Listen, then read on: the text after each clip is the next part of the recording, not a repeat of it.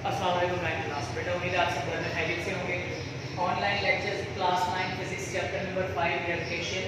आज का जो हमारा टॉपिक है बेटा वो है law of gravitation and Newton's third law of motion, field force, gravitational field strength और मास ऑफ अर्थ की डेरिवेशन।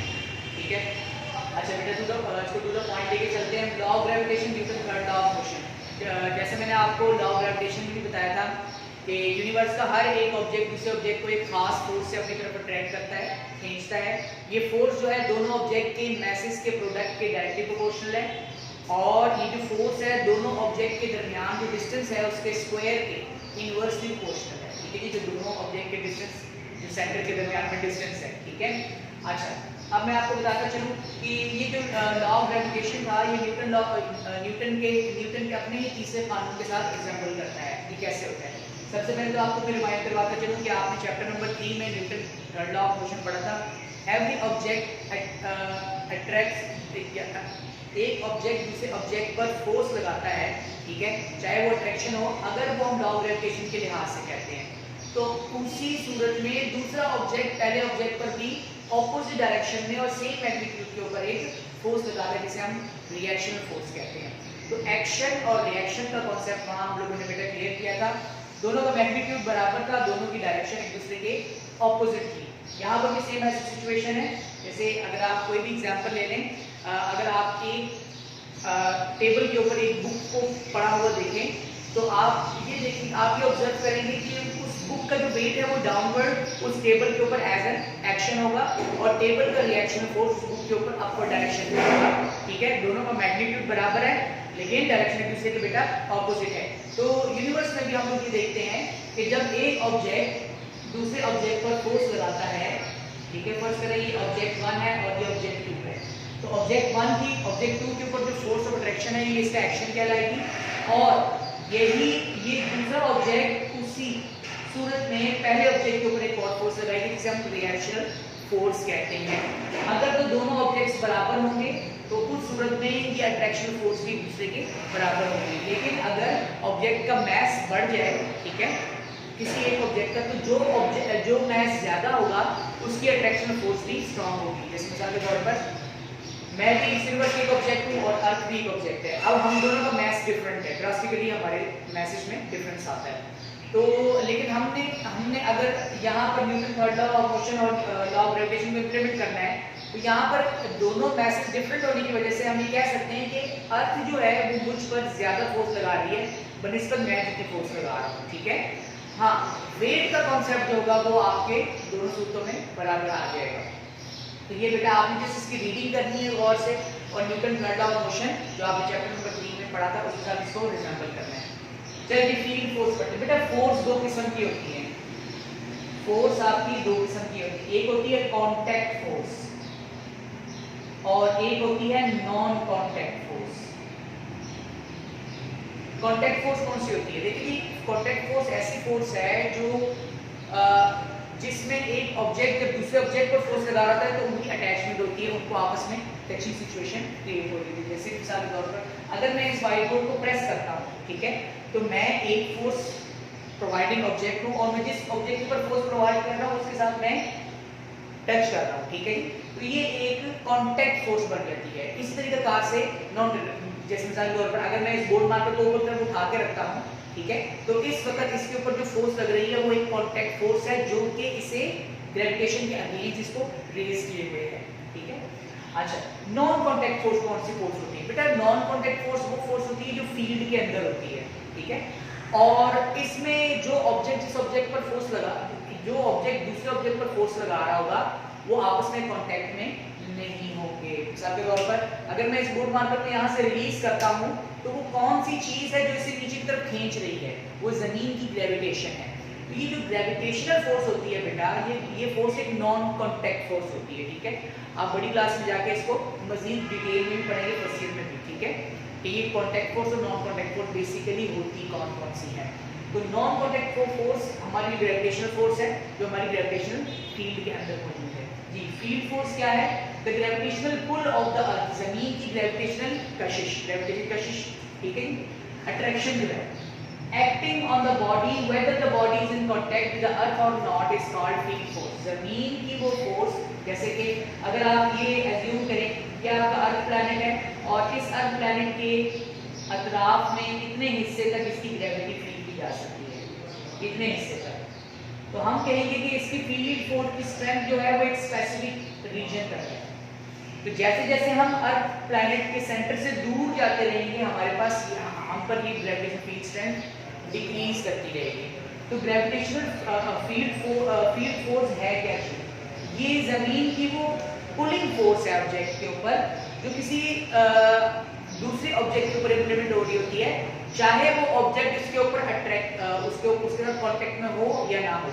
इस वक्त अर्थ प्लैनेट पर हर चीज पर gravitational force, field force implement हो रही है। मुझ पर भी हो रही है, डेस्क के ऊपर भी हो रही है, व्हाइट बोर्ड आपके चेयर पर भी हो रही है, इवन आप पर भी हो रही है। हर एक ऑब्जेक्ट पर फील्ड फोर्स इंप्लीमेंट हो रही है, चाहे वो ऑब्जेक्ट कांटेक्ट में हो या ना हो। जैसे कि अब ये फैन है, ये फैन अभी फिलहाल अर्थ के साथ कांटेक्ट में नहीं है, लेकिन फिर भी हम ये कहेंगे कि ये फील्ड फोर्स में होने के बावजूद इसके ऊपर एक फोर्स इंप्लीमेंट कर रही है। अगर मैं इसका हुक ऊपर से ओपन कर देता हूँ तो उसी फील्ड फोर्स की अट्रैक्शन की वजह से, उसी फील्ड फोर्स के अट्रैक्शन की वजह से ये फैन नीचे की तरफ गिर जाएगा।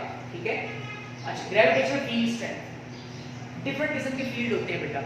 एक फील्ड होता है ग्रेविटेशनल फील्ड, एक होता है मैग्नेटिक फील्ड, एक इलेक्ट्रिक फील्ड होता है, एक इलेक्ट्रोमैग्नेटिक फील्ड होता है, डिफरेंट, और एक न्यूक्लियर फील्ड भी होता है।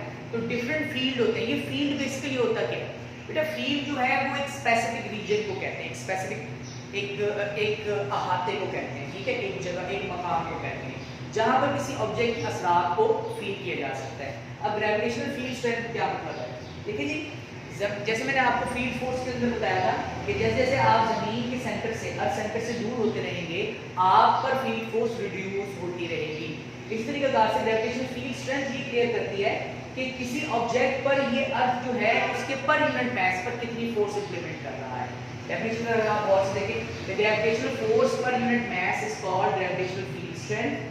ठीक है, किसी भी ऑब्जेक्ट के यूनिट मास पर लगने वाली फोर्स किसी भी प्लैनेट की तरफ से वो कहलाती है ग्रेविटेशनल फील्ड स्ट्रेंथ। अर्थ प्लैनेट पर जो ग्रेविटेशनल फील्ड स्ट्रेंथ है उसकी वैल्यू है 10 न्यूटन पर केजी। इसका मतलब ये हुआ कि अर्थ जो है वो हर ऑब्जेक्ट के 1 किलोग्राम पर 10 न्यूटन की फोर्स लगा रहा है।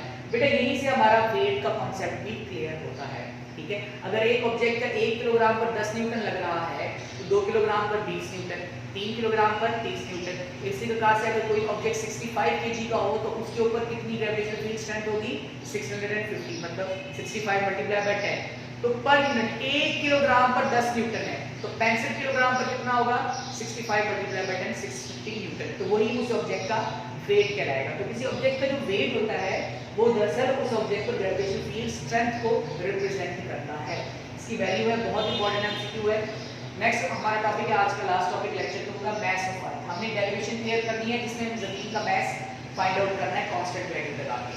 सबसे पहले बेटा आप डायग्राम बनाएंगे। डायग्राम पर आप गौर से देखिए, आपके पास प्लैनेट अर्थ है, ठीक है, और इसके सरफेस पर एक ऑब्जेक्ट पड़ा हुआ है जिसका मैस है me, और जमीन का मैस हमने अज्यूम कर दिया कैपिटल MP, और ये आपके पास जमीन का रेडियस है, ठीक है, RE।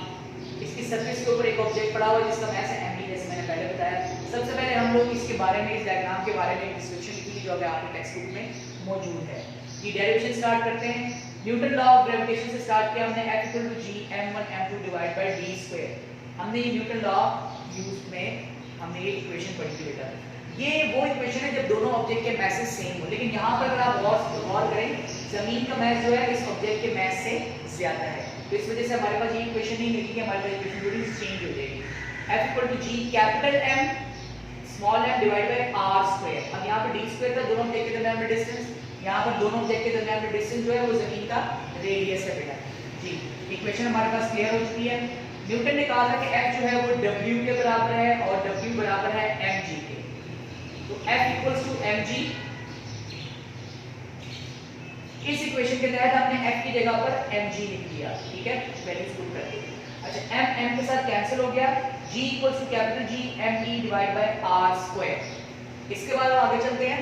हमने m को फाइंड आउट करना था, r² जो डिवाइड हो रहा है दूसरा मल्टीप्लाई हो जाएगा, और कैपिटल G जो है वो me के साथ मल्टीप्लाई हो रहा है दूसरा डिवाइड हो जाएगा। तो हमारे पास एक बेसिक इक्वेशन बन चुकी है। बेटा ये मैंने डायरेक्ट किया है, आपने भी इसको एज इट इज करना है, प्रॉपर स्टेप बाय स्टेप भी इसको किया जा सकता है, ठीक है। लेकिन जैसे आप क्लास में आएंगे तो इसकी अहमियत और इसके बारे में मैं आपको डिटेल में बताऊंगा कि दरअसल करते कैसे हैं, ठीक है। अभी हम फिलहाल टू द पॉइंट इसको कर रहे हैं।